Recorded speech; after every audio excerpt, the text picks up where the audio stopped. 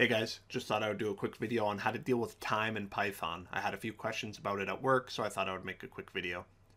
The time module is part of Python's standard library. It's installed along with the rest of Python, so you don't need to say pip install this library, provided your Python is up to date.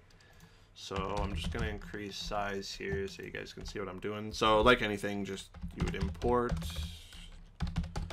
Sorry, different keyboard than normal. My normal keyboard is too loud for videos, so bear with me here. So you're going to import, and you're going to import time. So simple as that. Then you can do things such as, like, let's say you want to print. You could say, this is a test for time.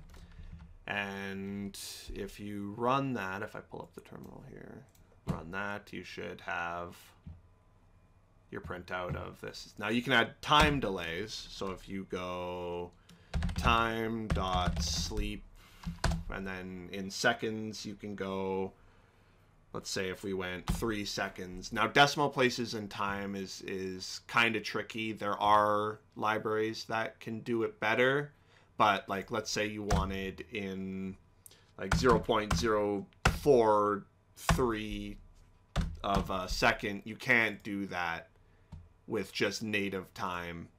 There are ways to do it, but it gets complicated, too complicated for this video. So let's say we want a time delay of 3 seconds, and then we also wanted to print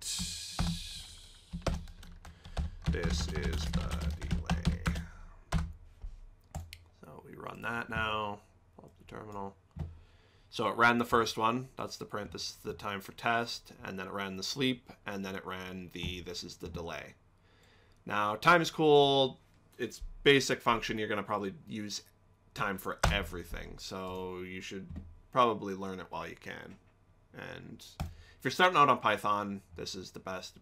To tinker around with time is a good way to just practice and learn in what you want to do. Now, you can do other things, such as, let's say that you need a printout of the time, or you need time involved in some other line of code.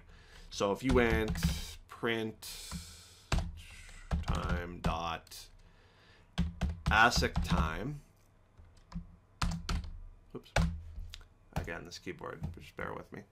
So we run that, and you'll see you'll get a printout of the date and the timestamp. You can do other things. Let's say that you need it in like a binary.